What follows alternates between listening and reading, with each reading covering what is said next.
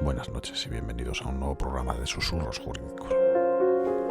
Hoy vamos a hablar de conciliación e igualdad, todo a raíz de una resolución de Cáceres en la que se niega la suspensión de una vista a una futura madre. Esto ha sido el decantador de lo que ocurre a diario en los juzgados sobre la denegación de suspensiones, sobre las situaciones que nos encontramos cuando hay un familiar que está a punto de fallecer, cuando vamos a ser padres o vamos a ser madres, cuando tenemos que ir a asistir a algún sitio con urgencia. Muchas veces lo hacemos, pero inmediatamente estamos en los juzgados. No podemos estar al 100% con la gente más cercana. Para ello, hoy hemos traído a Ana Garnero y a Marga del Cerro para hablar de igualdad, para hablar de conciliación. Las dos son grandísimas profesionales. Marga está de presidenta de la comisión del Consejo General de la Abogacía, vicepresidenta del Consejo y encima es la presidenta de la Comisión de Igualdad. Y Ana es una luchadora incansable por la conciliación. Ya empezó con ello cuando estaba en CEAG, en AJA. Ha dado muchísimas charlas sobre conciliación, habla muchísimo sobre ello y la verdad es que es una gozada que esté aquí hoy con nosotros también.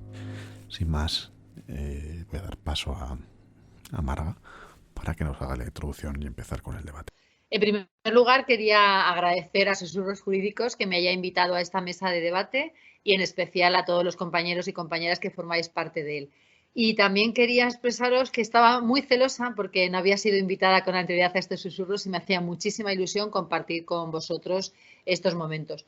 Y además daros la enhorabuena porque me parece una iniciativa fantástica. Creo que es muy importante que tengamos entre nosotros sitios y momentos para poder hablar de la profesión, debatir temas importantes, con lo cual me parece una iniciativa, reitero, fantástica y fabulosa y estoy encantada de poder compartir con vosotros este ratito. Como estoy invitada, creo, por ser la presidenta de la Comisión de Igualdad del Consejo General de la Abogacía Española, si os parece, os voy a hablar un poquito de lo que ha significado la igualdad en el Consejo General de la Abogacía. Yo siempre cuento una anécdota que me pasó hace escasamente 7 años, que fue cuando yo juré como consejera en el Consejo, después de haber sido elegida decana del Colegio de Abogados de Talavera, en el que me fui ese día con un vestido blanco a la toma de posesión, blanco de estos que llaman blanco roto, y él, cuando me vio el fotógrafo, un señor muy amable que sigue allí, me dijo, pero bueno, ¿cómo se te ocurre venir de blanco si te tengo que poner de fondo una pared blanca? Y claro, dije, bueno, pues es que nadie me había dicho cómo tenía que vestir. Bien, es verdad que cuando bajé aquí al sótano, todos mis compañeros tenían trajes muy oscuros, ahora sé por qué, y la edad era una edad, pues no sé, yo creo que entre los 55 y 60. Todo esto hecho con todo el cariño. Mis compañeros, que son fantásticos, muchos de ellos, por no decir todos, pero que sí que me echó como un poco el ambiente. Ahora se ha reformado esa sala del Pleno, con lo cual también se ha dado más luz y todo. Entonces, yo creo que en todo hemos avanzado y en todo hemos cambiado. Bien, dicho esto, que es un poco de anécdota, os diré que la Comisión de Igualdad del CEGAE fue creada en octubre del 2019. Como veis, es una comisión que lleva muy poquito tiempo trabajando y encima nos ha pillado el 2020 con la imposibilidad de reunirnos, pero sí de manera presencial, porque nos hemos reunido, como bien saben mis compañeros Guillermo y Eugenia, que forman parte de ella, de forma telemática. En bastantes ocasiones hemos trabajado mucho. La comisión yo creo que nace por para mí una apuesta personal, evidentemente, de la presidenta, y nace como una necesidad también de que la igualdad sea parte y objetivo del Consejo General de la Abogacía Española. Ya había habido en el 2017, a mi modo de entender, desde la creación de un grupo de trabajo que ya había iniciado muchos trabajos y muchas actividades, y luego para mí el año 2017 en temas de igualdad fue un año muy importante porque se dedicó por completo a la igualdad en el Consejo General de la Abogacía. Se dedicó tanto a la conferencia anual como los premios, y también se hizo una exposición fotográfica que se llama Iguales en Derecho.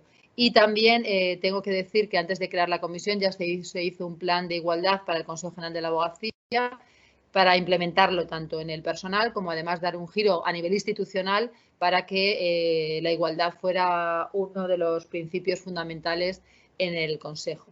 La Comisión de Igualdad, desde que nace, yo creo que ha tenido una función muy transversal con el resto de comisiones para que todas tengan esa perspectiva que creo que es importante de igualdad y de género en el Consejo. Y luego también hemos llevado a cabo unas actividades o unos trabajos que me parece muy importante que se tengan en cuenta. Se ha hecho una guía de igualdad o una guía de no discriminación y de igualdad para los ICAs, es decir, para los colegios, que me parece muy importante, porque con esa guía en la que se marca una serie de principios rectores, pues a nivel de comunicación, de formación institucional, de personal, lo que hace es que les da una serie de principios para que ellos puedan implementar la igualdad en sus colegios y teniendo en cuenta la diferencia que hay en todos los colegios que hay en el Consejo, que somos 83 y de ellos muy diferentes en dimensiones, en capacidad y de todo. Me consta que hay colegios que tienen planes de igualdad, comisiones de igualdad, observatorios, es decir, que dentro de eso lo que intenta esta guía es ayudar a todos un poco, sobre todo aquellos colegios que a lo mejor tienen menos posibilidades técnicas y menos posibilidades. Luego también hemos hecho un protocolo contra el acoso sexual y en el ejercicio de la profesión que me parece muy importante para los compañeros y compañeras que hayan tenido problemas en este sentido.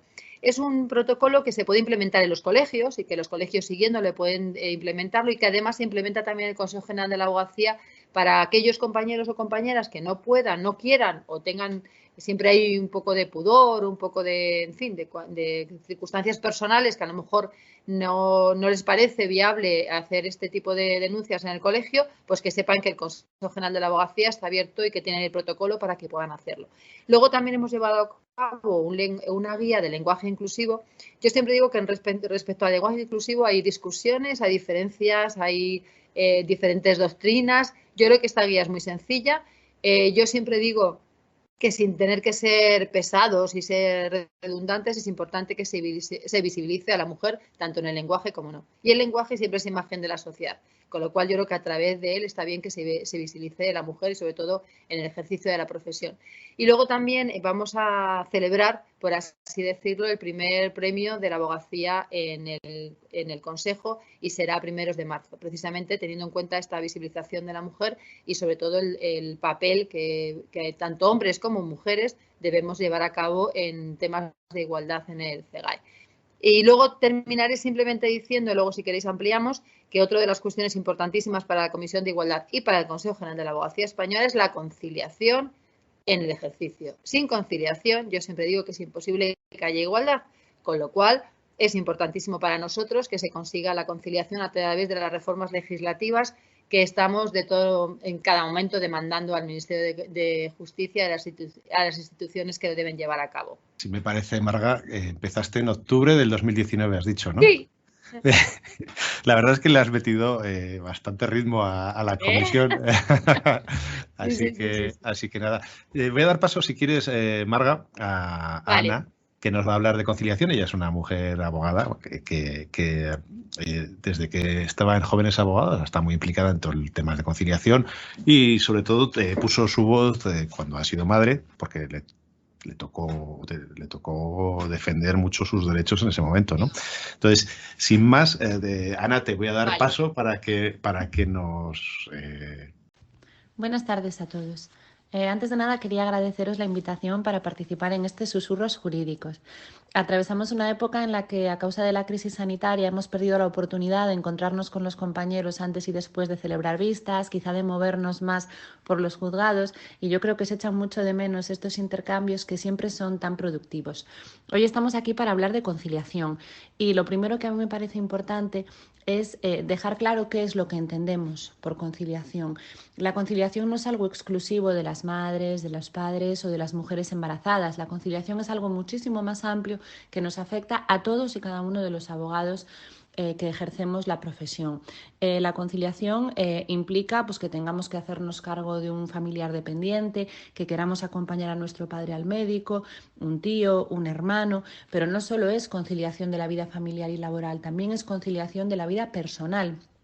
Y en este sentido, aunque el Tribunal Constitucional nos haya dicho que como disponemos de 3 días para abrir las notificaciones del Exnet, estamos perfectamente desconectados digitalmente, yo creo que nosotros no tenemos que conformarnos con esto. Y de hecho es que el resto de operadores jurídicos tienen vacaciones y no se van con su firma digital y cada 3 días proceden a firmar resoluciones y a hacer notificaciones. Entonces nosotros tenemos que aspirar siempre a encontrarnos en la posición en que se encuentran los que sí tienen reconocidos derechos en el ámbito ámbito de la Administración de Justicia.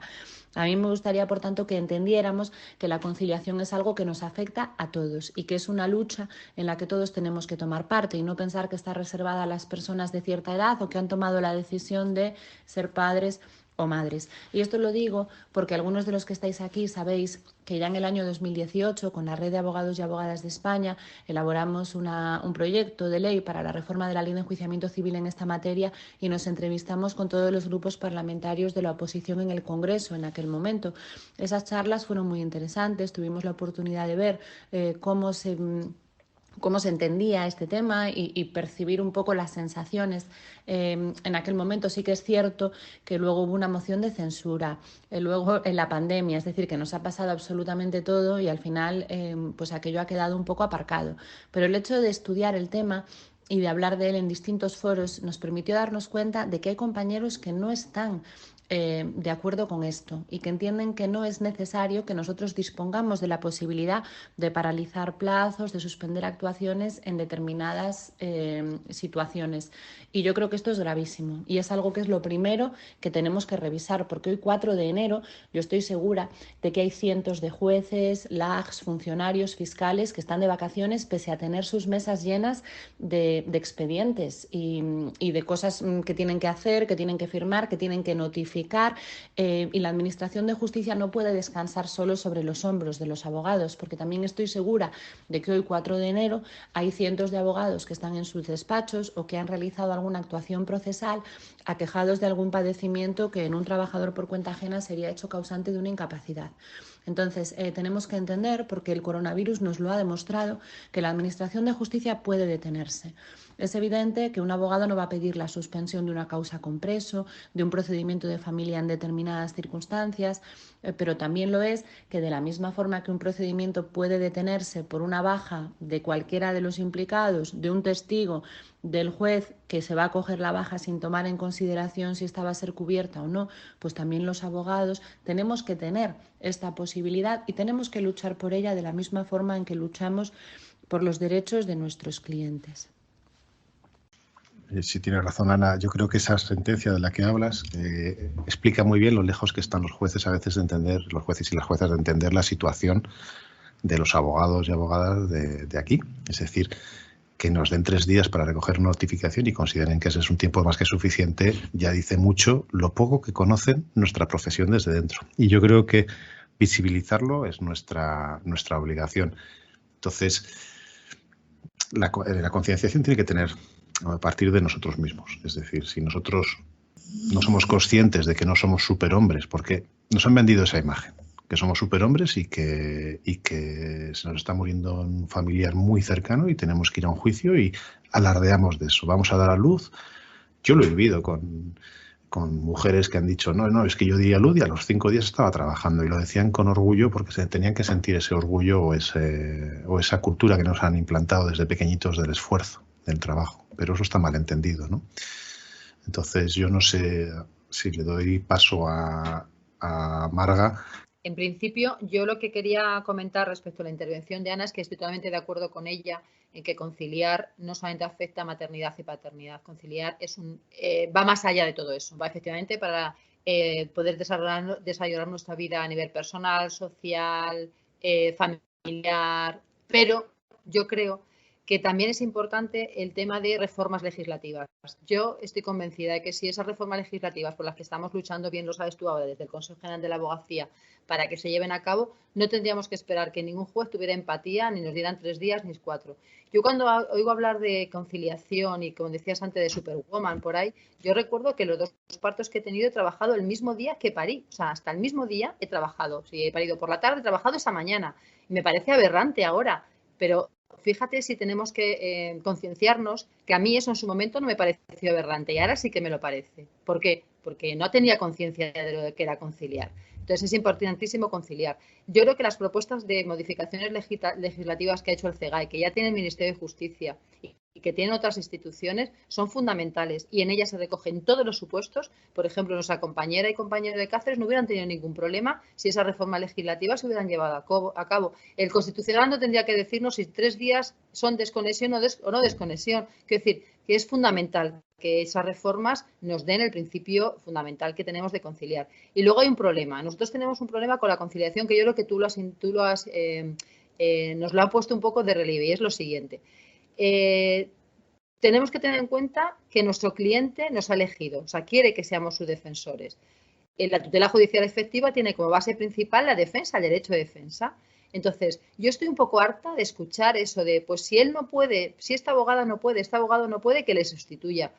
Yo creo que eso es ignorancia de lo que significa el derecho de defensa, ignorancia en el principio de confianza de cliente y abogado, ignorancia en cuanto a lo que es una buena defensa, que no puede ser que nos hagan ejercerla en condiciones precarias, a punto de parir, con enfermedad, con problemas a nivel de familiares, con fallecimientos, como tú bien has dicho.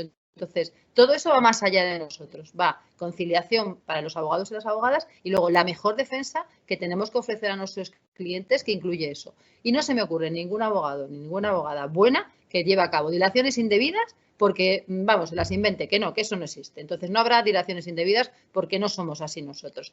Es lo que quería puntualizar.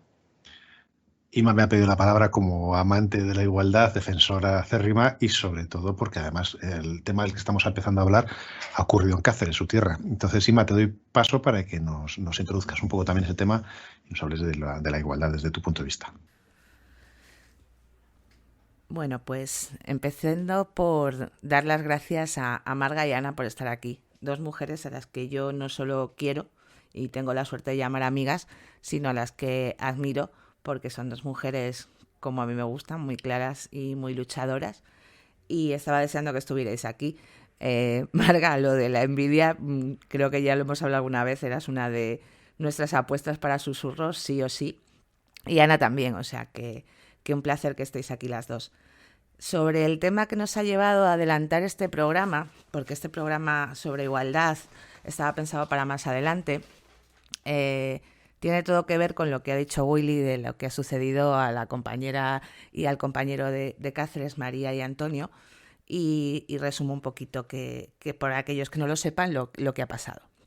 María y Antonio son marido y mujer, están esperando un hijo. Para el día 17 de enero tienen programado el parto María y tienen un asunto en un juzgado de menores que les señala para el día 19 de enero la vista.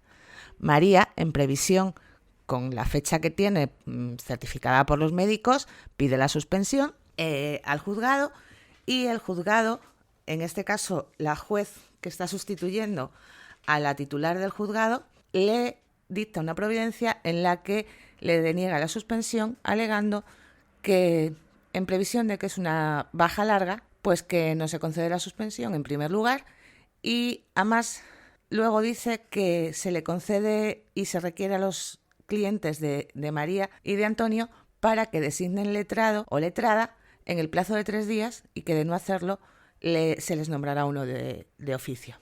Esto, pues evidentemente para nosotros y para María y Antonio es un gran problema, pero lo ponen en conocimiento, hacen una denuncia pública de esta situación porque entienden que es un ataque directo a la abogacía y al derecho de defensa. No solo ataca a la igualdad y a la discriminación que supone para María como mujer el tener que renunciar a representar a sus clientes por el hecho de estar embarazada y tener que dar a luz, sino que también es un ataque al derecho de defensa, porque realmente hay que tener en cuenta que se reconoce el derecho del justiciable a decidir quién es su abogado y su procurador de su elección y, por lo tanto, la relación confianza cliente-abogado es una parte fundamental del derecho de defensa. Esto es lo que ha pasado en Cáceres. Eso, como he dicho, nos ha llevado a adelantar este programa y hablar de un problema que es más habitual de lo que pensamos. Realmente es cierto que hay muchos jueces que están suspendiendo y cada vez entendemos que hay menos situaciones como esta, pero se siguen dando. Se siguen dando y no solo se dan en estas circunstancias, se dan otras circunstancias como muertes de familiares, enfermedades. Conocemos compañeros, por ejemplo, con cáncer, con bajas muy largas, en las que tienen problemas de suspensiones y se piensa que el abogado se puede sustituir así como así. Y esto es lo que debemos cambiar. Y esta es la idea de este programa, concienciar un poco sobre qué es lo que está pasando, denunciar estas situaciones y pedir o explicar qué es lo que entendemos que tiene que cambiarse. Willy, creo que a lo largo del debate saldrán todas estas situaciones y entenderemos mejor qué es lo que estamos explicando.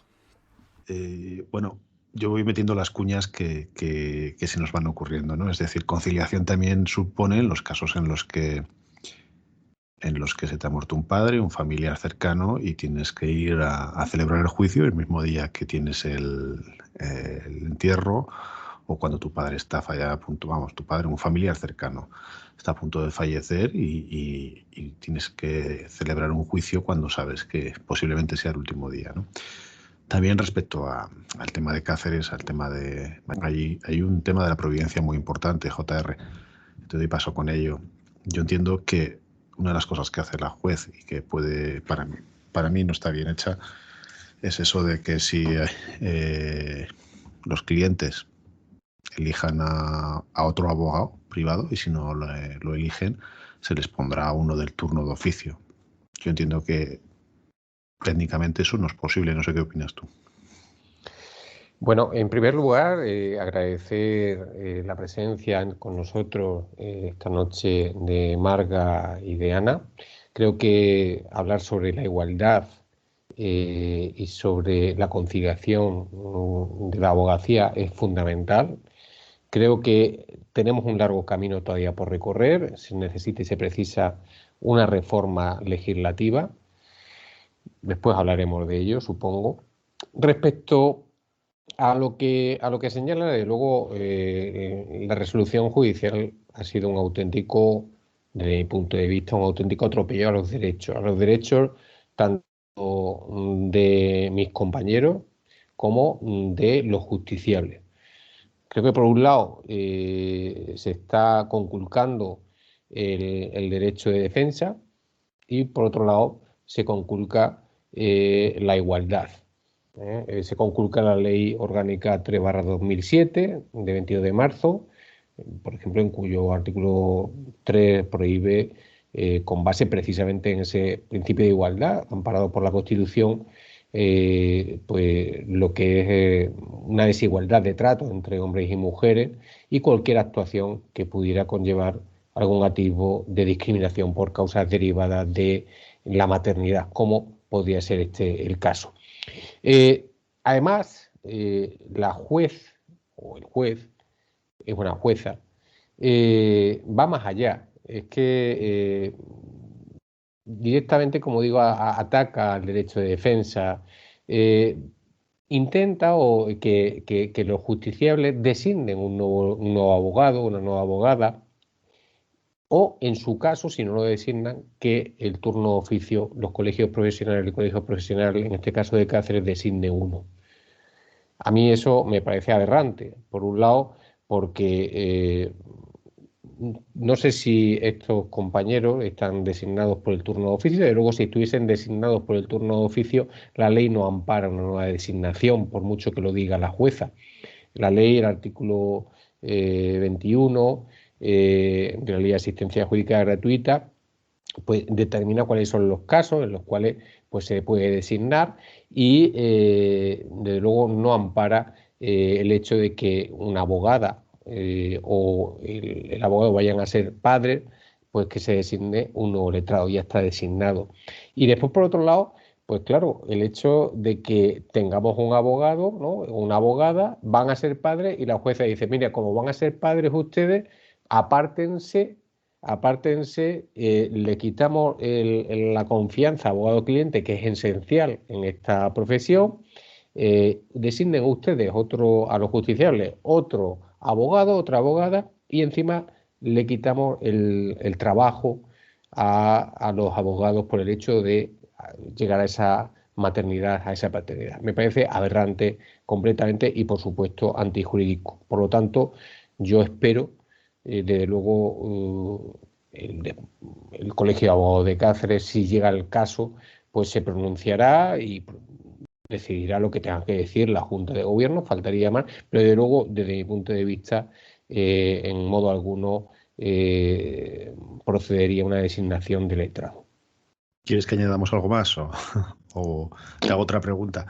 Si quieres metemos alguna más sobre JR, digo, aquí hay algo muy grave, es decir, ya no es la elección que han hablado, o la elección privada de tu propio abogado, sino que aquí la gente se piensa que el cambiar de abogado no supone ningún perjuicio económico, ni ningún perjuicio judicial para el cliente, ni perjuicio económico para el cliente. Evidentemente, si le dicen que contrate un nuevo abogado, ¿qué va a hacer ese abogado? Le va a cobrar todo el procedimiento, le cobrará porque el trabajo hay que hacerle. Entonces, es así. Por un lado, es que son muchos perjuicios. Son muchos perjuicios. Aparte de la conculcación de derechos que he señalado antes, son unos perjuicios evidentes. Por un lado, imaginaos que contratamos un nuevo abogado. Obviamente a los abogados anteriores hay que pagarles todo su trabajo realizado. Pero no solamente eso, el que se incorpora tiene que cobrar también un plus porque se tendrá que instruir en todo lo anterior. ¿Me explico? Es decir, que para llegar al punto donde estamos tendrá que haberse instruido de lo anterior y cobrará por esa instrucción. Entonces es duplicar también o al menos incrementar muchísimo el gasto. Amén de que sí.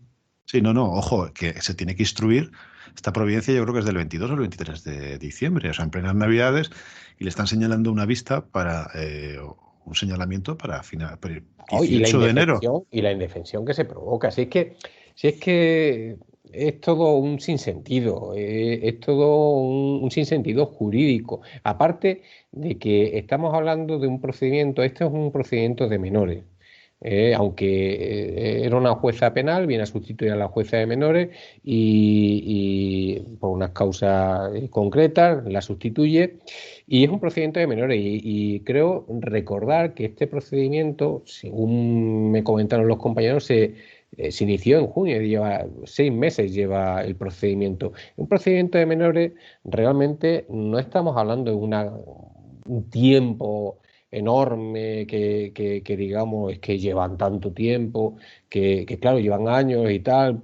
No, en absoluto. Y en el ámbito, desde el punto de vista judicial, cualquiera que nos escuche, que sea abogado, fiscal o juez, pues ya me dirá que 6 meses es un procedimiento, si es tiempo como para decir que es que hay una urgencia tan grande como para señalar y despachar esto. Hombre, no, en absoluto. No, además los que llevamos o que hemos llevado asuntos de menores, sabemos que sí que podría haber dos cosas urgentes, que el menor esté internado y haya que mantener el internamiento, por ejemplo, que yo entendería ahí el nerviosismo de la juez, o que hay que internarle, porque está cometiendo más barbaridades, atropelías, ¿no? Pero si está internado, una medida cautelar que se puede levantar, ¿de acuerdo? Y de otro lado, porque las medidas cautelares no son medidas cautelares, y por otro lado, si comete más tropelías, lógicamente se puede incoar una medida cautelar frente a ese menor si no estuviera internado para que se le interne. Es decir, que no veo yo el inconveniente por ese lado. Todos los días se hacen medidas cautelares en el ámbito de la jurisdicción de menores sin ningún problema. Yolanda, te voy a dar la palabra, pero hay una cosa, también un elemento importante que a tener en cuenta, que es estamos hablando de un pleito de 5 meses, por lo visto, en el de Cáceres. Yo el 18 de este mes tengo un juicio que se inició en el año 2015. Entonces,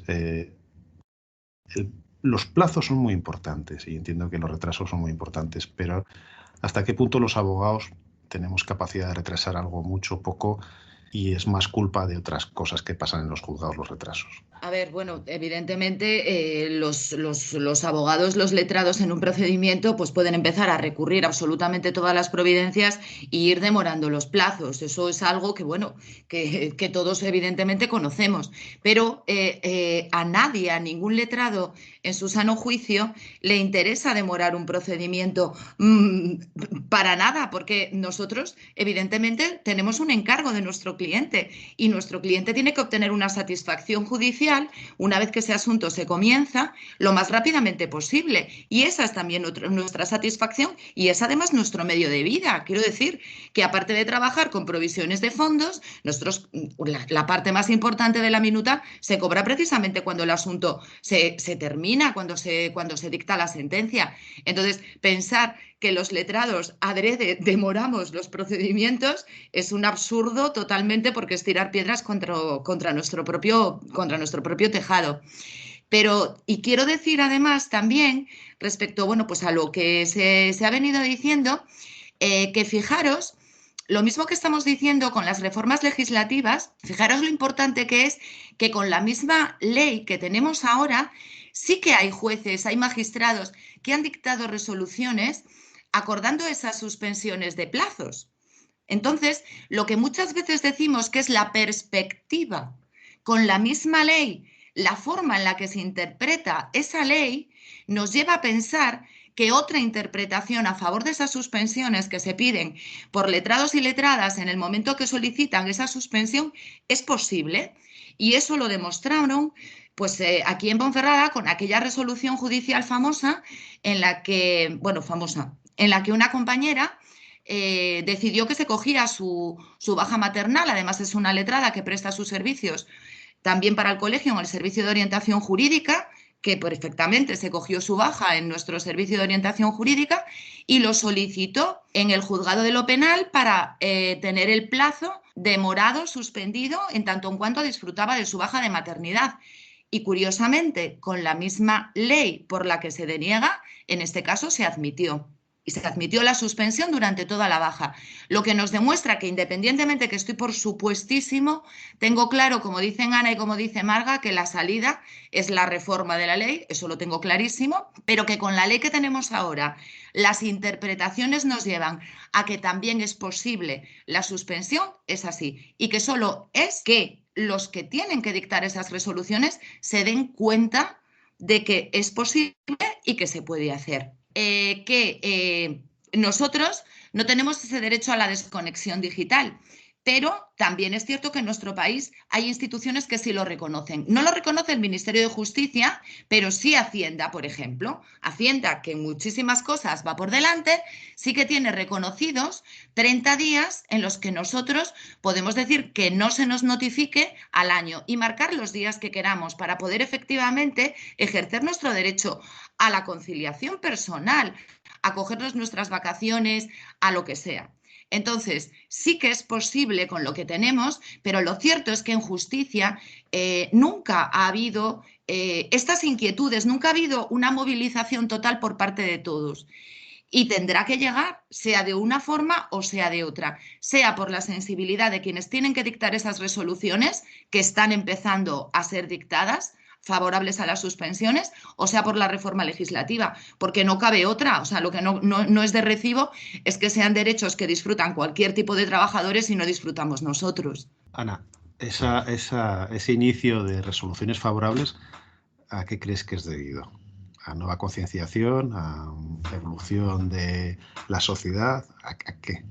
Pues mira, yo quiero pensar que tiene que ver con lo que Yolanda ha apuntado, con la perspectiva de género, que tiene que impregnar toda la actividad de la Administración de Justicia. Yo creo que cada vez existe una mayor empatía, una mayor cercanía y que realmente tiene que ser así. Yo creo que los operadores jurídicos tenemos que entender que somos todos engranajes de una misma máquina y que todos tenemos que estar en igualdad de armas. Y nosotros también tenemos que quitarnos nuestros complejos. Yo creo que esa compañera que se atrevió a pedir esa suspensión del procedimiento durante 16 semanas, pienso que muchos juzgados de este país hubieran tomado la misma resolución que tomó el juez titular de nuestro juzgado de lo penal número 1, porque efectivamente se puede interpretar la ley de forma que permita tomar esa resolución. Yo creo que nosotros tenemos muchos complejos y muchas veces no nos atrevemos, nos da miedo, cómo vamos a estirar un poquito más el procedimiento y no nos damos cuenta de que los procedimientos están meses y meses cogiendo polvo sin que en ellos suceda absolutamente nada y esperando a la nada. Entonces, la justicia y su funcionamiento correcto no descansa sobre nuestros hombros. No somos nosotros los que tenemos que tirar de ella y los que tenemos que aguantar carros y carretas para que todo aquello vaya funcionando más o menos. De la misma forma que una enfermedad de un testigo puede marcar la suspensión de un procedimiento, pues con igual motivo, no voy a decir que con más, pero evidentemente la enfermedad de un abogado también puede operar de la misma manera. Y pensar que podemos utilizar estos derechos pues para provocar unas dilaciones indebidas en el procedimiento, me parece tan absurdo como pensar que una prestación de desempleo se va a utilizar. Quiero decir, hay cosas que pueden suceder en todos los ámbitos y ello no implica que no tengan que existir los derechos. Pues alguien podrá hacer un mal uso, serán un porcentaje de casos mínimo, pero ello no quiere decir que no tengan que existir estos derechos, que no tengan que reconocerse y que no tengan que salvaguardarse. Al final volvemos a lo mismo, es concienciación. Yo recuerdo, igual hace 20, 25 años, las bajas de maternidad estaban muy mal vistas en determinadas empresas, todavía puede que sigan siendo mal vistas, ¿no? Pero siempre el suspender o que un trabajador tuviese que dejar de ejercer sus servicios estaban mal vistos. Inma, estabas pidiendo la palabra. Sí, introduzco una cosa a raíz de lo que tú estabas diciendo, de lo que estaba diciendo Ana, que también es en parte culpa nuestra de complejos, pero ya no solo de complejos, y algo que también ha dicho antes Marga, es cuestión de concienciación y debemos ser conscientes que en nuestra profesión todavía hay gente que no entiende estas cosas. Yo cuento una cosa mía concreta. Tengo una cosa recurrente que, bueno, es un herpes zóster, en otros sitios se conoce como culebrón, culebrilla, bueno, enfermedad. Al fin y al cabo, es una cosa que cuando a mí me bajan las defensas es muy dolorosa y me tengo que dar de baja inmediatamente. Yo me pasa un día, tengo un juicio al día siguiente, a mí me dan 3 días solo de baja, aunque realmente eso dura más tiempo, pero 3 sin poderme mover de casa porque tal. Y cuando yo presento el escrito al juzgado, inmediatamente, y a pesar de estar en urgencias, yo llamo a mi compañero, que era un compañero, y le digo, oye, me pasa esto, la vista de mañana no se va a poder celebrar, yo tengo una baja, la acabo de mandar, pero te lo digo para que si tarda el juzgado, evidentemente era por la tarde, no tengas molestias. Mi compañero presentó un escrito diciendo que no entendía por qué se tenía que suspender y que además se señalara a la máxima brevedad. Esto era un martes, creo recordar. Yo tendría, bueno, hasta el viernes me llegaba la baja y a mí me señalaron el lunes. Yo en realidad no estaba curada ni estaba bien, pero allí me tuve que presentar al juicio. O sea, esto también no lo encontramos, como nos encontramos lo que tú estás diciendo, que cuando una abogada pide una baja por maternidad, pues hay muchos compañeros que no lo entienden. Esta es una parte que creo que es muy importante, que tanto el Consejo como las comisiones que tenemos en los colegios tenemos que seguir formando y seguir concienciando. O sea, una de las partes más importantes, creo, de nuestra comisión, yo pertenezco a la Comisión de Igualdad, como José Ramón de Cáceres, fue una de las primeras comisiones de igualdad. Y una de nuestras luchas constantes cuando hacemos formación es también la concienciación a los compañeros, porque realmente te sigues encontrando compañeros y compañeras que no están concienciados, y digo compañeros y compañeras, ¿vale? Como he dicho al principio, en el caso que ha pasado recientemente con la compañera y el compañero Antonio y María, sí que es cierto que la respuesta ha sido bastante unánime y que todo el mundo ha dicho esto no puede ser, no somos intercambiables como los cromos, además, como hemos dicho ya, pero lo cierto es que nos falta mucho camino, porque yo pienso como Ana, que seguimos creyéndose imprescindible o forzándonos más de lo que nos tenemos que forzar en estar a todo, y sobre todo es que hay una parte de la abogacía que todavía lo de la igualdad no lo tiene asumido en absoluto. Introduzco otro término más al que nos gusta mucho a casi todos los que estamos aquí, y que también estamos de celebración porque acaba de aprobarse que los hombres ya tienen también derecho a 16 semanas de permiso de paternidad. Parece mentira que estemos diciendo a estas alturas que donde estamos, que hasta ahora no esté reconocido, pero bueno, vamos a celebrar eso, pero vamos a celebrar también que nuestros compañeros lo entiendan y también lo puedan pedir ellos. Esto también es cuestión de concienciar, porque tenemos que hablar de corresponsabilidad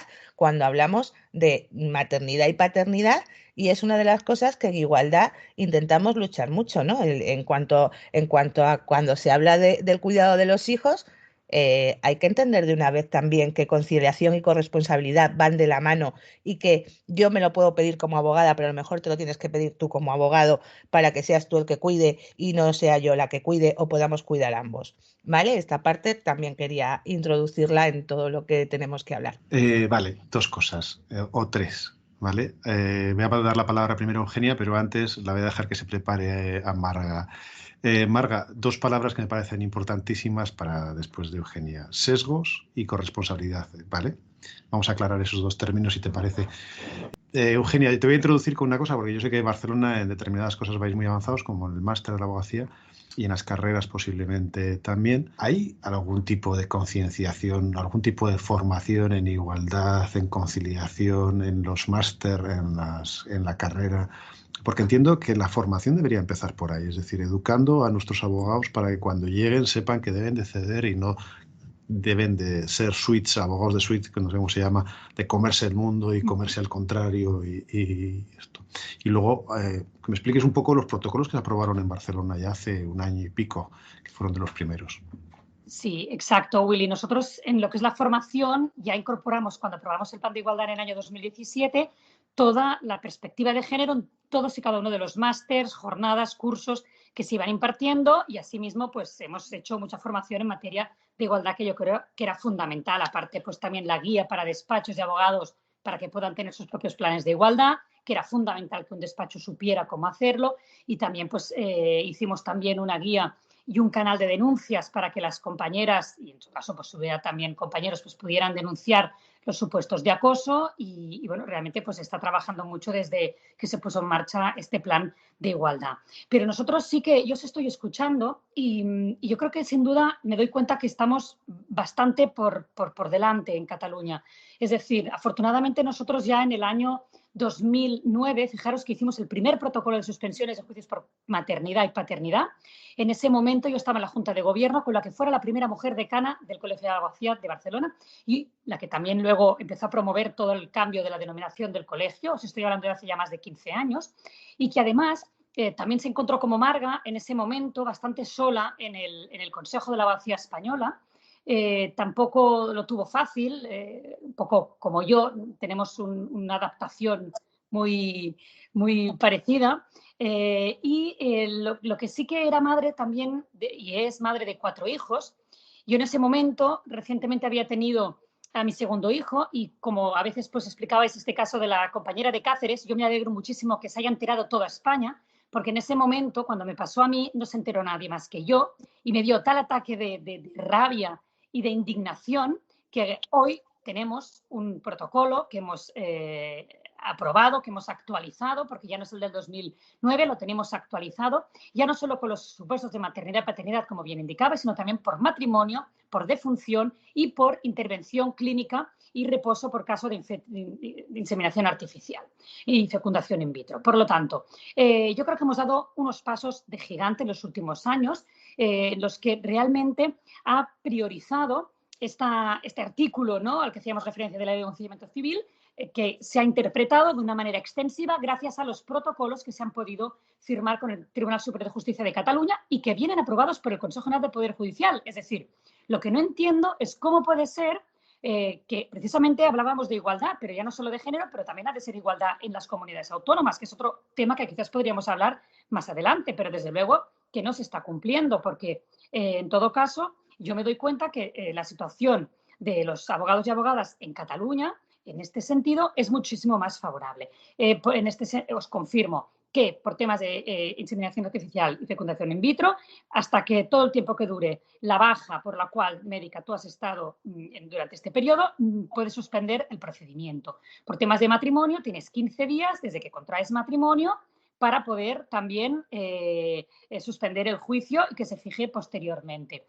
Luego, en tema de defunción, siempre hay, cuando haya el día del fallecimiento o funeral del cónyuge o análogo, o sea, ya no solo el día del fallecimiento, el día del funeral, de cónyuge o análogo o familiar en línea recta y colateral hasta el 2º grado, imaginaros, o sea, que realmente con una amplitud extraordinaria. Y realmente yo creo que hemos dado este paso que se hace necesario para esta conciliación a la que habéis ido haciendo referencia y que no me voy a reiterar. Pero yo quiero hacer una reflexión y es que realmente es muy importante quién ocupa los cargos de responsabilidades desde los cuales se pueden cambiar las cosas. No es lo mismo, con todo el cariño, ¿no? Es decir, ha habido muchos años de decanos que han asumido estas responsabilidades, pero ellos no se han encontrado en esta situación porque, bueno, cuando yo en ese momento tuve que estar de baja porque mi marido en ese momento pues no seguía trabajando y tuve que ser yo, pedí la suspensión de una vista. En este caso concreto yo me fui a hacer la audiencia previa, embarazada ya a punto, pero de dar a luz, me quedaba una semana con el parto programado también, y el juez saca las agendas y dice vamos a señalar el juicio para tal. Me lo fija a cabo de 3 semanas para el juicio. Digo, claro. Digo, señoría, claro, yo no podré, me puse de pie y dije, mire, si me voy de parto en máximo una semana o 2, es decir, por lo tanto, si no me lo fija, yo creo que era entre junio y julio, por favor, se lo puede fijar en septiembre, porque lo que decía es, no voy a repetir todo lo que comentábamos del derecho de defensa y que el abogado que han escogido es a nosotros mismos. Yo necesito que por favor lo señale en septiembre y en julio yo no podré venir porque voy a dar a luz. Bueno, ese día salí llorando. Yo creo que estas situaciones, cuando las vives, realmente te da tal indignación. Yo creo que al haberlas vivido ya tantas compañeras, nosotras mismas, que realmente pues lo luchas hasta el final. Entonces, yo no sé en qué momento estamos encallados, ¿no? Porque estos protocolos tendrían que estar homologados en todas las comunidades autónomas con todos los tribunales superiores de justicia, porque no puede ser. Es decir, es absolutamente inadmisible que a día de hoy no esté contemplado en todas las juzgados tengan y todos los jueces asimilado que un tema de defunción, de matrimonio, paternidad y maternidad, que ya son los básicos, porque luego podríamos y deberíamos ampliar a cuidados de mayores, a cuidados de familiares enfermos que por unas situaciones circunstanciales en las que nos podamos encontrar cada uno de nosotros. Y luego tener en cuenta que nosotros hemos ampliado y hemos conseguido la suspensión por COVID de los hijos también. Es decir, el hijo confinado por COVID porque ha dado positivo el niño, o niña, puedes pedir la suspensión. Se está planteando y está siendo más complicado cuando el niño o niña está confinado porque ha dado positivo un niño de la clase y él ha resultado ser negativo. Pero lo que sí que estamos haciendo, hemos preparado un escrito en el cual el abogado o abogada puede comunicarlo al juzgado y en principio se comunica con un formulario que hemos elaborado y se dice, mira, estoy en casa confinado con mi hijo, yo si quieren vengo. Y entonces lo has de poner en conocimiento, se pone en conocimiento y ellos ya lo están suspendiendo. Aparte que habrá la prioridad de hacerlo telemático. Con lo cual, yo creo que hemos avanzado mucho. Creo que tiene bastante que ver que hayamos sido estas dos decanas, ¿no? Separadas por 15 años, pero que lo hemos movido, pero a capa y espada. Yo en la CRAG lo ha estado trabajando de una manera muy directa Cristina Vallejo, que creo que también la conocéis, que ahora ha tenido precisamente 2 gemelas.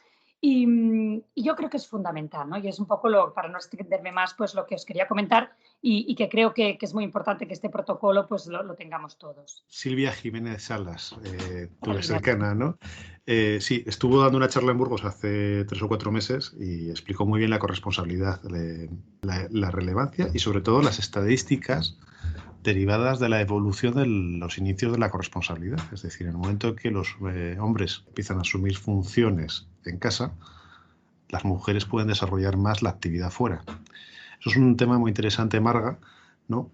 Que yo creo que con sesgos, que yo son 2 palabras que las odio porque por mucho que intento entender los conceptos, si me los das de 2 maneras muy sencillas, si quieres, pues te lo agradezco. Para que lo entienda todo el mundo, ¿eh? Vale, yo si quieres te lo voy a explicar como yo lo he entendido, porque también es cierto que nosotros mismos hemos evolucionado según nos hemos ido formando y según hemos tenido experiencias. Te diré, Feras, cuando hablabas de corresponsabilidad y cuando antes Eugenia nos decía que a lo mejor somos las decanas las que hemos metido otro tipo de perspectiva, yo creo que los decanos sois igual de importantes y imprescindibles para el tema de la corresponsabilidad y el tema de que en el CEGAE se tenga en cuenta la igualdad. Fijaros, cuando hablas de corresponsabilidad, quizás el problema ha estado en que o no se ha podido o no había una cultura en la que los hombres tuvieran esa corresponsabilidad que ahora sí que tienen. Me explico. Si, por ejemplo, los casos que se dan ahora se hubieran dado y los hombres hubieran tenido las mismas posibilidades que nosotras a la hora del cuidado de los hijos, los cuidados de los dependientes o los cuidados de familiares, se hubieran sentido exactamente igual de involucrados y no hubiéramos tenido que explicarles cómo nos sentimos nosotras cuando vamos a parir y no podemos ir a un juicio, o posparto y por qué no podemos ir a un juicio porque tenemos que cuidar a nuestro hijo o porque tenemos que cuidar al familiar. Si eso se hubiera implementado porque hubiera habido corresponsabilidad, no estamos hablando de lo mismo. ¿Por qué? Porque ellos hubieran vivido, y dicho así de forma gráfica, en sus carnes, lo que nosotras vivimos. Con lo cual, ¿por qué es imprescindible la corresponsabilidad? Porque de esa manera, evidentemente, los hombres tendrán las mismas experiencias que tenemos las mujeres en aquellas que no sean físicas, obviamente, que en esa igual no podemos igualarnos, pero en el resto sí que podemos. Y entonces es importante la corresponsabilidad para que os sintáis de la misma manera que nosotros nos sentimos. Es decir, ¿por qué nos hemos puesto contentas porque haya las 16 semanas de paternidad? Porque así no va a haber discriminación entre hombres y mujeres. Los hombres y las mujeres nos podremos pedir las 16 semanas de maternidad o de paternidad, con lo cual ninguno será, entre comillas, castigado por cogerse ese permiso. Y luego los temas de los sesgos. Mira, yo he intentado explicarme a mí misma qué significa un sesgo. Y fijaros, cuando estudié la macroencuesta que hizo el CEGAI, ¿os acordáis? En el 2017 sobre la igualdad en la abogacía, empecé a ver qué significaban los sesgos a nivel práctico. Os voy a explicar por qué. Quedó claro que en esa macroencuesta la igualdad era un tema muy importante para los compañeros y las compañeras, ¿vale? Pero luego la perspectiva que cada uno tenía de determinadas cuestiones era distinta. Ahí los sesgos. Cada uno vemos de determinada manera la misma situación. Y mira, me causaba mucha sensación en la macroencuesta que os digo, porque había datos que eran increíbles. Mira, decían que había los hombres eran súper optimistas, diciendo que existía igualdad en el ejercicio de la profesión, pero como un 70 y tantos %. Sin embargo, las mujeres en un 30 y tantos, casi 40, decían que no había igualdad. ¿Qué diferencia hay? La mirada que tú das, la experiencia que tú tienes de una misma situación. Los hombres pensáis que sí que existe igualdad en la profesión y, sin embargo, nosotras, por cuestiones y por experiencias que tenemos, entendemos que no es así. Luego decía, pues, ¿quién tiene menos problemas o más problemas a la hora de su ejercicio profesional? Los hombres decían, pues estamos equiparados, tampoco hay ninguna diferencia entre hombres y mujeres. Las mujeres incidíamos en que nosotras teníamos más problemas a la hora del ejercicio de la profesión que los hombres. Luego decían, pues que los hombres se enfrentan a más obstáculos que las mujeres. Decían, no, los hombres no. El 26% eran los que pensaban que las mujeres tenían más obstáculos. Sin embargo, las mujeres en un 60% pensábamos que tenían más obstáculos. Si vas desglosando esa encuesta, verás que el sesgo está en la hora en la que tú una misma experiencia la sufres de una determinada manera según seas hombre y según seas mujer. Yo de esa manera lo entendí, es decir, entiendo que una misma situación vista desde dos distintas perspectivas no tiene nada que ver. Cómo la sufre uno o cómo la sufre otra. Entonces, muchas veces lo que tenemos que entender es esa palabra que es tan de moda, empatía, y ponernos en la situación de la otra persona. Es decir, muchas veces a lo mejor lo que teníamos que haber hecho es que compañeros, si se hubieran puesto en la situación de Inma, en la situación de Eugenia, el juez, no hubiéramos actuado de la misma manera, ni seguramente hubieran actuado de la misma manera. Yo recuerdo, Marga, que puede ser un sesgo, no lo sé. Un día en el gimnasio entré en una clase de body pump o lo que sea, no sé de qué era la clase. Y era el único hombre. Y el entrenador empezó a decir, en vez del plural masculino, vamos chicas, vamos chicas. Ahí empecé a entender un poco lo que es al revés, ¿no? Pero es una anécdota. Pero sí que es verdad que me llamó la atención el tema del vamos chicas. Digo, si estoy yo por aquí. Pero bueno. Antonio, tu protocolo es más sencillo, pero es un protocolo que está aprobado en Cartagena, ¿no? Efectivamente. Previamente me gustaría hacer una aclaración. Especialmente estoy de acuerdo con todo lo que habéis dicho y estoy disfrutando especialmente con dos personas como Marga y Ana. Lo que ocurre es que también hay otros por ahí que sabéis bastante del tema. Yo es que veo aquí como dos círculos, ¿no? En primer lugar, hay una cuestión, como en casi todos los temas tangenciales, quiero decir que nosotros tenemos un problema fundamental de educación, como en todo este tipo de temas, y eso va despacio, ¿no? Poco a poco va cambiando, pero va despacio, ¿no? Últimamente los tiempos son más rápidos, ¿no? Pero luego yo distinguiría dos círculos. Es verdad que nuestros compañeros o nuestras compañeras en muchos casos son los primeros que ponen pegas a la conciliación. Eso lo he vivido primero como abogado ejerciente y luego lo he vivido como decano, pero en ese terreno observo que se está avanzando más rápido. La concienciación de los compañeros y compañeras es cada vez mayor. Sí creo, sinceramente, que vamos muy mal en el tema de la conciliación y la igualdad a nivel legislativo en el ejercicio de nuestra profesión. Es decir, yo noto perfectamente, bueno, está bien, ¿no?, que se trabaja muchísimo en el campo de la igualdad en otros sectores, en otras cuestiones en nuestro país, ¿no? Y sin embargo, pues en la abogacía todas estas cosas que deberían ser absolutamente naturales, pues no se dan, cuestión que me parece absolutamente incomprensible. Quiero decir, nos estamos equivocando en la forma de pedirlo o algo está fallando en todo este proceso, porque parece increíble lo que le ha pasado a la compañera de Cáceres, ¿no? Eso en cualquier otra profesión, como me parecía que apuntaba ahí más antes, pues sería impensable que hubiera ocurrido, ¿no? Nosotros, respecto al protocolo que tenemos, es un protocolo antiguo, es del año 2014, es un protocolo que firma el Tribunal Superior de Justicia de la región de Murcia con los tres colegios. Es un protocolo que para ser antiguo está bien, pero se ha quedado absolutamente anticuado, ¿no? Lo hemos intentado retomar de nuevo, pero nos encontramos con la traba de que nos remiten al protocolo que pueda hacer el Consejo General del Poder Judicial con el Consejo General de la Abogacía Española, que creo que no hay ninguno, porque si no me equivoco, Marga no lo rechazaron, con lo cual, corrígeme luego si me equivoco, porque puedo tener mal la información, ¿no? Pero esa vía la tenemos cortada, ¿no? Fijaros que nuestro protocolo es del año 2014 y figura, quinto punto, embarazos y partos, sexto punto, suspensión de vistas por solicitud de justicia gratuita. Quiero decir que no es que se trabajara este tema en concreto, sino a raíz de todo tipo de suspensiones, pues se metió. Pero el caso es que está y se cumple, y bueno, hemos visto estos días varias compañeras en Twitter pues, que le habían puesto que ya se habían podido acoger. ¿Por qué compañeras? Porque solamente se refiere a dar a luz, no a cualquier otra cosa, ¿no? Entonces, lo que establece ya desde el año 2014 es la posibilidad de acogerte a la suspensión durante el plazo de 60 días de cualquier actuación judicial desde que dé a luz. Ojo, que se queda corto porque plazos procesales no hablamos, solo hablamos de actuaciones judiciales. Pero es verdad que al menos esos 60 días en los tribunales aquí sí lo respetan y lo tienes cumplimentado. ¿En qué casos?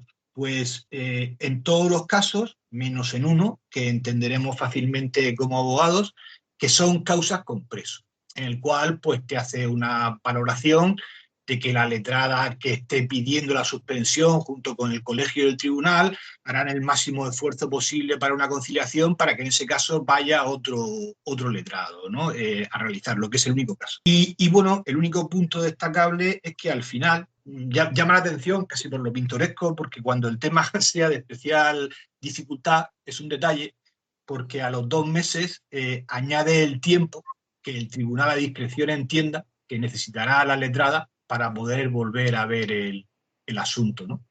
Como veis, es un protocolo, entre comillas, un poquito primitivo para como estamos ahora o como intentamos estar, pero es verdad que es del año 2014 y se cumple. Quiero decir que en otros sitios no tienen absolutamente nada, con lo cual era simplemente poner lo que aquí tenemos y, bueno, decir que me parece evidentemente absolutamente insuficiente y que tenemos que ir a normalizar absolutamente la conciliación o la igualdad. Conciliación que, como muy bien han dicho Ana y Marga, es un tema muchísimo más amplio y que abarca desde personas mayores, es decir, hasta nosotros mismos, todo, ¿no? Y por mi parte, nada más que comentarte, Guille. Gracias, Antonio. Se nos levantan las manos por todos lados. Ana, te voy a dar palabra a ti, luego JR, que lleva con ella un rato, y luego pasamos con Inma, ¿vale? Así establecemos un orden y vamos moderando según vais hablando. Bien, yo he ido tomando notas de las cuestiones que se han puesto encima de la mesa, así que es una intervención un poco deslavazada.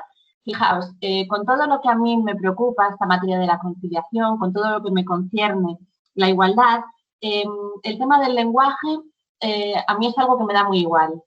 Has dicho tú, Willy, que en algún momento tuviste la percepción de cómo nosotras podemos sentirnos. Yo quizá es porque siempre he convivido con un masculino plural en el que me he sentido incluida, y yo sí que pienso que muchas veces se dedican esfuerzos y se dedican recursos a cosas que parece que nos dejan tranquilas un ratito, pues con esto del desdoblar en el tema lingüístico, y en realidad no se está tomando ninguna medida. O sea, a mí que me digan ellos y ellas no me resuelve absolutamente ninguno de los problemas de mi día a día. Así que yo no soy muy partidaria de eso. Pero sí que creo, y lo ha apuntado María Eugenia, que los hombres tienen un papel importante en esto. Y yo muchas veces he hablado con JR, lo menciono a él porque está en este grupo, y es un hombre con un discurso muy feminista, y siempre le he dicho que ese discurso, cuando sale de un hombre, para mí es mucho más potente que cuando sale de una mujer. Entonces yo creo que es muy importante el papel que vosotros podéis jugar en esto y lo que podéis ayudarnos. Enlazando con lo que planteaste tú antes, Willy, en relación a los abogados de suite, a mí hay algo que me da mucha pena y me da mucha rabia, y es que hay compañeros que tienen una imagen muy trabajada en redes sociales, que dedican mucho tiempo a cultivar esa marca personal y que presentan como un éxito profesional el estar los domingos por la tarde en el despacho, aquí estoy trabajando. Y yo siempre pienso en esos estudiantes del grado o del máster de acceso a la abogacía a los que se ha referido Eugenia y digo, joder, estos pobres pensarán que realmente para ser un abogado triunfador tienes que estar el domingo por la tarde en tu despacho. Yo percibo ese mensaje como un error de gestión del tiempo. Pues necesitarás contratar a un abogado junior, necesitarás derivar algún asunto a algún compañero, pero no me puedes decir que es maravilloso tener que estar un domingo por la tarde en el despacho. Tenemos que conciliar esa vida personal nuestra con esa vida profesional. Y finalmente, y me gustaría compartir con vosotros una anécdota mía personal. Como digo, yo no quiero personalizar este tema porque no creo que yo tenga más dificultades que nadie, y sobre todo cuando algún compañero me pregunta en los pasillos del juzgado, pues cómo, qué tal con los niños, yo siempre digo, lo mío es complicado, pero al final es una situación de alegría, todos los días tienes un motivo para disfrutar, y hay compañeros que realmente están pasando situaciones complicadas por enfermedades de familiares. Eso es lo que realmente requiere atención y requiere de nuestra empatía. Pero cuando yo tuve a mi primer hijo, que nació en abril del año 2017, su padre es funcionario.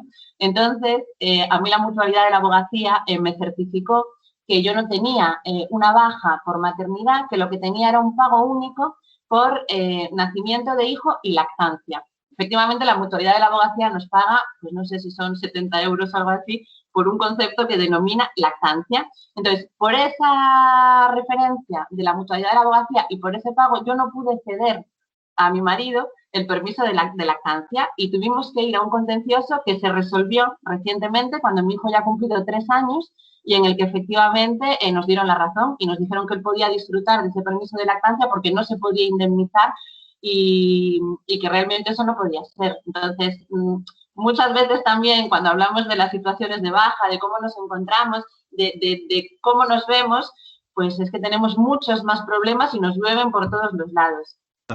Por alusiones, simplemente un matiz. Cuando salimos trabajando, sale alguien en redes trabajando los domingos, está haciendo mucho daño, porque al final, cuando hemos trabajado muchos domingos, conseguimos convertir esos días de descanso en una obsesión, y quitamos días de descanso y al final nos cerramos nuestros propios círculos de amistad, nos vamos encerrando en lo que es la profesión exclusivamente, y eso es un problema muy grave que produce muchos perjuicios mentales, y digo mentales, a lo largo, igual al principio no, pero cuando ya llevas 10 años, 12 años sin ese descanso sí que se nota. JR. Yo creo que nuestra sociedad tiene que evolucionar más en todo lo que es la sensibilidad en relación con la igualdad. Yo creo que todavía estamos a un camino medio en relación con otros países, y que la sociedad española debe avanzar, y también dentro de la sociedad, como no, la abogacía. Y la abogacía tiene que avanzar, como antes señalaba Inma, en cuanto a la sensibilización en ese aspecto, en el de la igualdad. No solamente, de un lado, en el plano del ejercicio profesional, porque yo me he encontrado con compañeros y compañeras que niegan la brecha salarial, que niegan el techo de cristal de la mujer, y lo niegan de una forma rotunda, lo cual a mí pues, me choca muchísimo, ¿no? Y también hay que hacerlo en el plano institucional. En el plano institucional, por ejemplo, yo no concibo hoy en día, y discrepo con cariño absoluto con lo que decía Ana respecto al lenguaje. Yo creo que el lenguaje es fundamental, porque con el lenguaje transmitimos, nos comunicamos, y la visibilización de la mujer, es verdad que en nuestro lenguaje el plural es inclusivo, el plural masculino es inclusivo, pero es inclusivo porque el plural masculino, hay que preguntarse, ¿no? Y la visibilización de la mujer ha quedado aparcada durante siglos. Yo creo que hay que dar también esa visibilidad a la mujer, que es importante, también en la abogacía. Yo creo que los colegios de abogados deben convertirse en colegios de la abogacía, que incluyen a los abogados y a las abogadas. Para mí sí que creo que es importante, es un paso más, un paso más. Y también la paridad en las instituciones, la paridad en las juntas de gobierno. En el plan de igualdad del Consejo General de Abogacía Española bien se determina, me parece que es una ratio de 60-40 al menos, si no recuerdo mal. Y creo que es importante también que cuando se formen los equipos que van a participar en los actos electorales para acceder a la Junta de Gobierno, que esos equipos pues intenten llevar esa ratio, una ratio parecida a un 50%, porque es necesario que las mujeres tengáis una representación efectiva en las instituciones. Eso respecto al plano de igualdad. Respecto al plano de conciliación y los protocolos, bueno, yo, como antes señalaba Isma, en efecto, en Cáceres ya se propuso un protocolo al Tribunal Superior de Justicia de Extremadura, potenciado por la Comisión de Igualdad y contra la Violencia de Género del Ilustre Colegio de Abogados de Cáceres, y el Tribunal Superior de Justicia de Extremadura dijo que, vamos, lo aparcó, no nos lo aceptó, vamos. Yo espero, sinceramente, que ahora que tenemos una presidenta, hay dos presidentas, si no recuerdo mal, al frente del Tribunal Superior de Justicia en España, pues bien, una de ellas es María Félix, nuestra nueva presidenta del Tribunal Superior de Justicia de Extremadura, y espero que ahora que hay una mujer al frente de esa institución, apruebe ese protocolo de conciliación de la profesión y la familia con la abogacía. Pero os voy a decir una cosa, yo quiero que no existan protocolos. ¿Por qué quiero que no existan protocolos? Porque lo que quiero es una reforma profunda de la ley. Es que un protocolo, al fin y al cabo, son unas directrices, pero estamos hablando de Poder Judicial, y el Poder Judicial es soberano, y por mucho que firme el Tribunal Superior de Justicia algo, el Poder Judicial, un juez, se debe a la ley, y si entiende o cree que no debe aplicarlo, ya podemos firmar lo que queramos. Entonces, para mí, lo importante es que se modifique la ley, y como he señalado antes, es verdad que la ley de enjuiciamiento sí que recoge en el artículo 108, recoge una pauta y que es supletoria para todo, pero hay que hacer una reforma profunda que recoja todas las causas de conciliación familiar y personal de los abogados y abogadas. JR, cuando hablabas de techos, yo a Marga lo hemos hablado también bastantes veces. Pongo el ejemplo de una amiga que sí que es verdad que no son visibles muchas veces esas diferencias salariales, ¿no? Y menos si somos autónomos, no somos conscientes de ellas. Que como voy a enlazar con Inma, le voy a preguntar, se va a reír porque siempre confundo el color, las gafas violetas o moradas, ¿vale? Y ya luego me corriges. Yo pongo el ejemplo de una amiga que dio a luz un año y estuvo 4 meses de baja, o 3, no sé los que estuvo, ¿no? Y cuando le pasaron el bonus anual de su empresa, inconscientemente la empresa no era consciente de que le habían quitado de su rentabilidad esos 4 meses. Cuando fue a Recursos Humanos, la chica de Recursos Humanos se puso roja porque no habían caído en que le habían reducido la rentabilidad de esos días y que evidentemente el bonus había quedado un 40% reducido. Cuando todos los años había tenido 10, ese año había tenido 6. Esos son los problemas de la brecha salarial, que es lo que no se ven. Ese es uno, ¿vale? Pero hay muchos otros que Imán nos va a explicar. Y de paso explicar lo de las gafas, ¿vale? Que ya sabes que es una pelea interna entre tú y yo sobre el color de las gafas. Ya no te voy a reñir más porque total, te las has puesto, con lo que ya, vamos, te he visto hacer esfuerzos por ponértelas más de una vez. Reconozco que eres una de las personas que, como José Ramón, y ha dicho ya Marga y demás, estás en una comisión de igualdad, por algo es, pero da igual el color, violetas o moradas, el caso es que ya hemos encontrado, porque ya por lo menos no dices púrpura, algo hemos mejorado. aparte de una broma con nosotros, creo que lo de las gafas moradas o las gafas violetas es una cosa muy importante y es que no deja de ser empatía. No hemos introducido todavía en el debate, aunque evidentemente está subyacente todo el tiempo, la palabra machismo. Cuando estábamos hablando y decía José Ramón, me pasa como Ana, he tomado varias notas con lo que también va a ser un poco deslavazado, pero empiezo por lo último, que es lo que ha dicho José Ramón. Nuestro TSJ no aprobó ese protocolo y estamos esperando a que haya una mujer, pero no solo porque es una mujer, sino porque está especialmente sensibilizada con la igualdad y la conocemos y esperamos que se acoja mejor desde el TSJ. Pero es que eso es lo triste, porque es un poco lo que decía también María Eugenia, que tengamos que esperar a que haya mujeres en el Poder Judicial o en ciertas instancias del Poder Judicial o de los TSJs para que realmente tengan esa sensibilidad. Pues es que hablamos otra vez de perspectiva de género en justicia, algo que llevamos hablando muchas veces, en lo que yo soy tremendamente pesada y algo que hemos dicho 1000 veces, ¿quiénes son los miembros del Consejo General del Poder Judicial? Estamos celebrando pues que tenemos, cada vez que entra una mujer, pues que es un súper logro. Esos son los techos de cristal que se tienen que romper, pero es que también lo decía Ana, yo me gusta que los hombres tengan un discurso feminista, que esto tampoco le gusta a la gente, que digamos feminista, feminismo es igualdad y es un discurso feminista al fin y al cabo. Ahora, disiento con Ana en dos cosas. Creo que voy a disentir, aunque sé que no disentimos, por si no se ha entendido o yo no la he entendido. Bueno, sí disiento, como ha dicho José Ramón, y no voy a incidir en el tema, en que creo que el lenguaje es importante. Nos comunicamos y aprendemos por el lenguaje y por lo tanto el lenguaje inclusivo es importante. Eso no quiere decir que debamos estirar demasiado o que siempre haya que desdoblar, pero es que es muy fácil, no es necesario decir abogados y abogadas, es necesario y para mí es fundamental que los colegios efectivamente sean colegios de la abogacía, porque yo no soy abogado, soy abogada.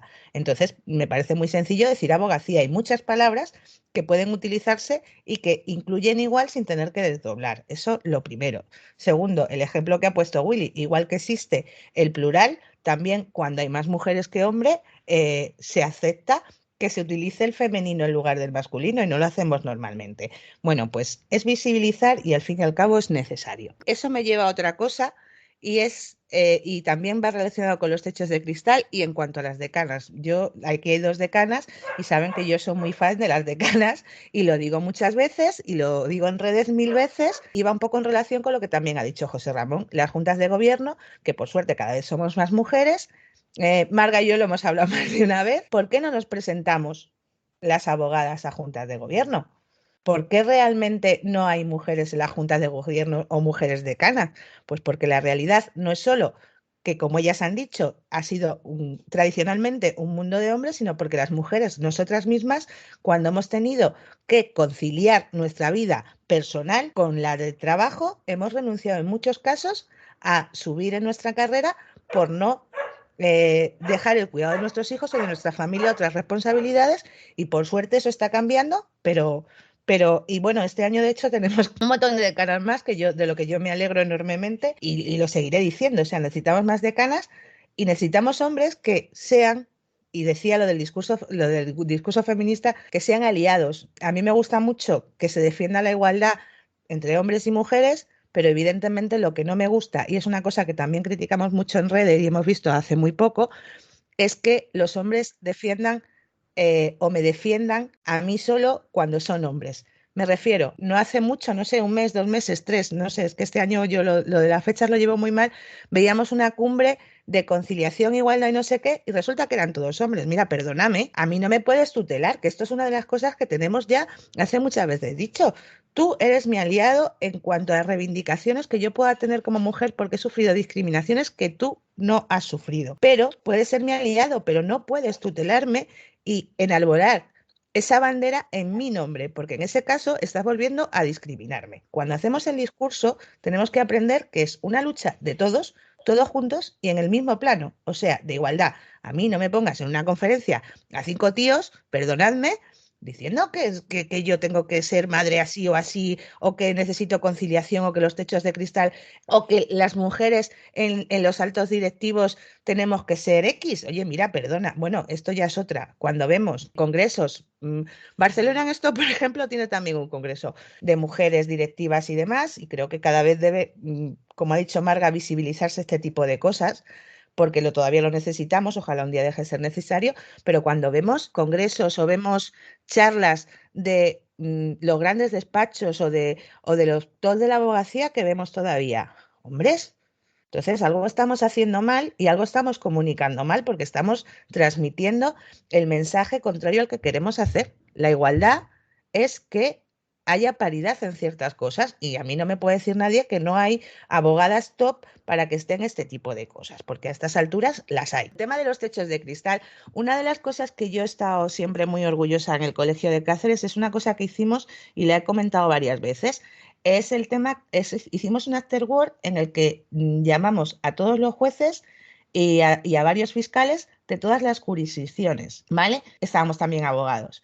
Fue una charla y una forma de intentar entendernos, hablamos de perspectiva de género en justicia y fue una forma de entender un poco o de juntarnos en un ámbito distendido, porque se hizo en el Colegio de Abogados de Cáceres, en el que cada uno planteábamos. William hablaba de sesgo. Nos encontramos un juez de lo laboral que decía que los techos de cristal no existen, que él en todos los años que llevaba en la jurisdicción laboral en Cáceres jamás se había encontrado un tema de discriminación porque no hay diferencia de sueldos. Es que la brecha salarial va más allá de eso, lo hemos hablado muchas veces.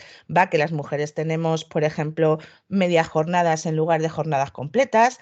Va de un montón de cosas más. No es que nos diferenciemos en el sueldo, sino aquellas cosas que no hacemos y como os he dicho en las decanas, pues no hacemos porque preferimos renunciar a nuestra vida profesional primando la personal.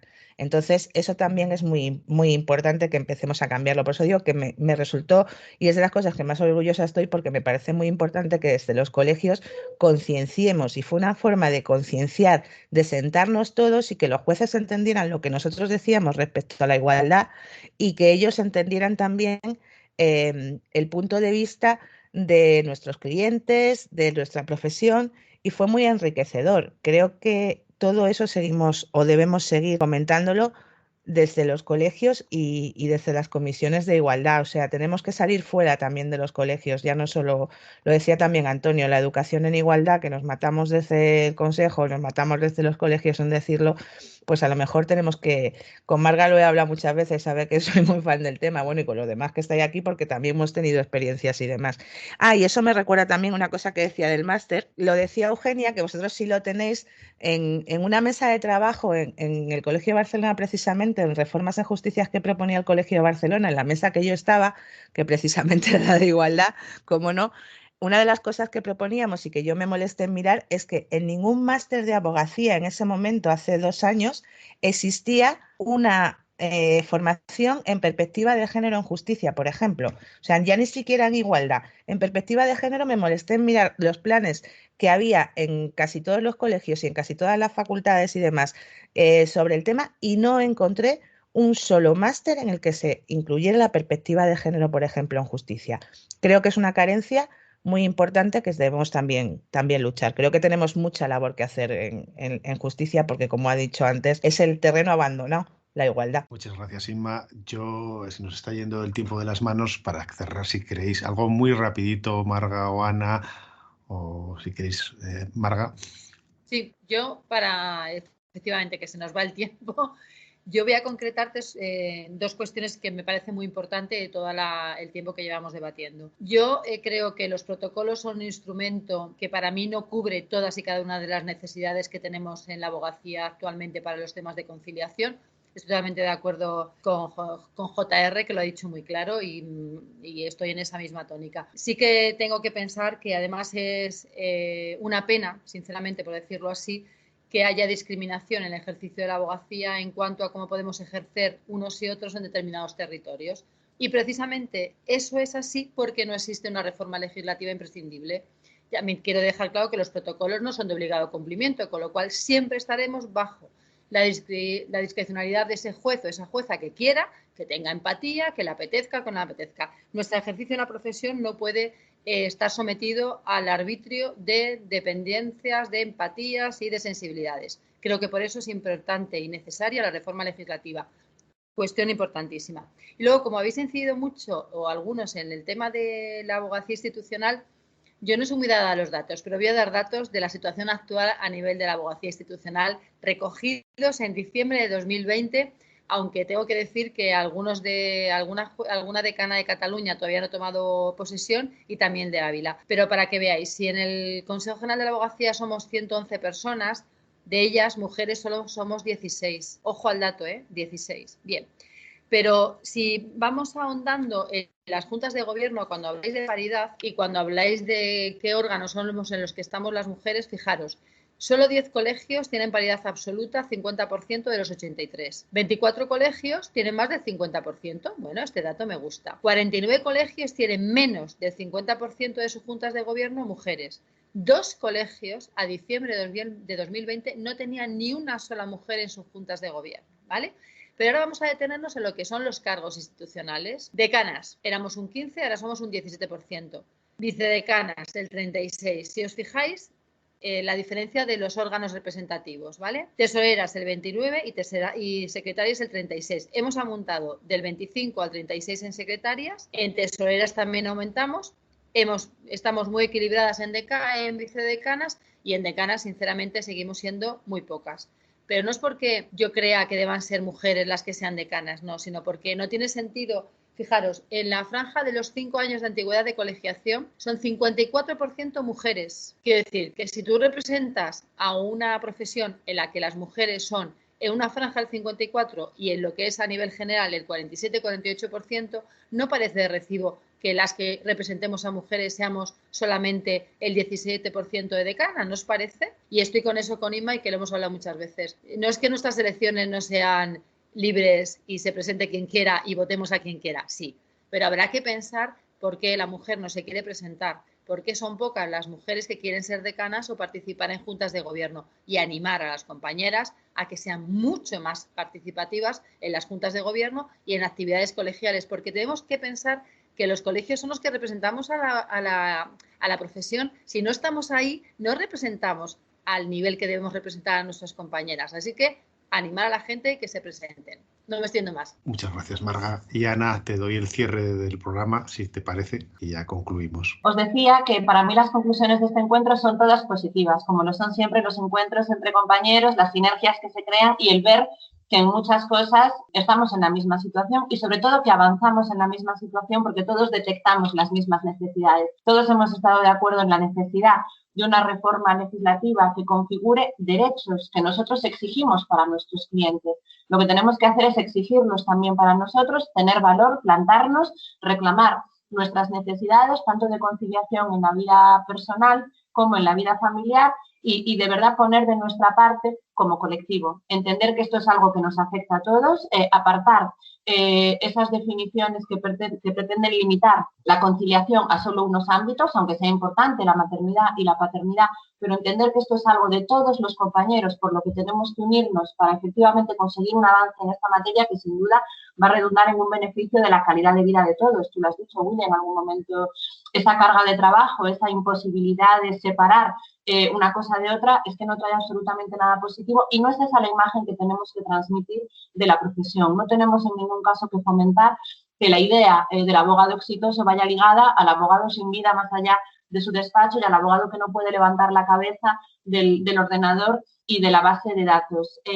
A mí me gustaría, de verdad, que no fuera necesario en un corto plazo tratar este tema, que asumiéramos y normalizáramos todo este tipo de cuestiones como se están normalizando en otros ámbitos. Y por último, agradeceros a todos la invitación para hablar de un tema que de verdad es tan apasionante y que de verdad creo que concierne a todos los colegiados de este país. Así que me parece un honor que hayáis pensado que yo podía aportar algo a esta charla. Gracias a todos. Pues muchas gracias, Ana, Marga, Yolanda, JR, Inma, Eugenia y Antonio, por haber estado hoy con nosotros. Al final de todos los programas pasa lo mismo, con jueces, fiscales y abogados y abogadas, o abogadas y abogados. La conclusión final es que siempre coincidimos, o sea que igual lo que nos falta es hablar más y coordinar más lo que hacemos para que esto funcione. Sin nada más, os despido y muchísimas gracias por haber estado con nosotros. Para cerrar el programa quiero hacer una referencia a un vídeo que hace años vi de un entrenador de baloncesto, que viene a colación de lo ocurrido con María y Antonio. Esto ocurre en prensa le preguntan qué opina de que uno de los jugadores más importantes que tiene, que es Augusto Lima, haya faltado a una de las semifinales. Jasikevičius alza la mirada y le mira al periodista. Le dice: ¿Qué opino? Yo le he dejado. El periodista le increpa y le dice: bueno, uno de los mejores jugadores que no haya venido a una semifinal de una Copa de Europa. Un perjuicio enorme para el equipo, para el Zalgiris, para su afición. Jasikevičius le mira y le dice: ¿es usted padre? Pues cuando lo sea, viene aquí y hablamos. Usted sabe lo que significa ser padre. Usted sabe que emocionalmente es el momento más importante de Augusto Lima. ¿Cómo le voy a impedir yo ir a ver nacer a su hija? ¿Cómo voy a evitar yo que esté en el mejor día de su vida con su primera niña?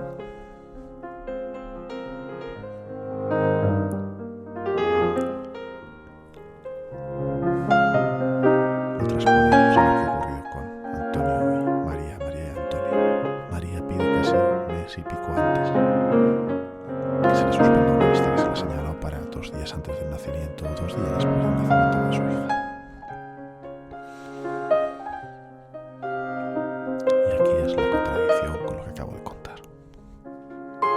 En vez de la jueza darle la enhorabuena, poner una providencia que no es normal y sería normal, diciendo que suerte, ánimo y adelante. Lo que me dice es que no le suspende, que sus clientes se buscan otra abogada, y que si no lo hacen les pondrá uno del turno de oficio. Hay veces que no somos conscientes de lo que se vulnera o de los derechos que se nos vulneran. Hay veces que tenemos que ser conscientes de que tenemos que enseñar a la gente a entender cómo es nuestra vida para poder luchar por nuestros derechos. Y hay veces que tenemos que ser conscientes que exponiendo nuestros problemas, quejándonos, sacándolos a la luz, es la manera más eficiente de luchar por nuestros derechos. Buenas noches.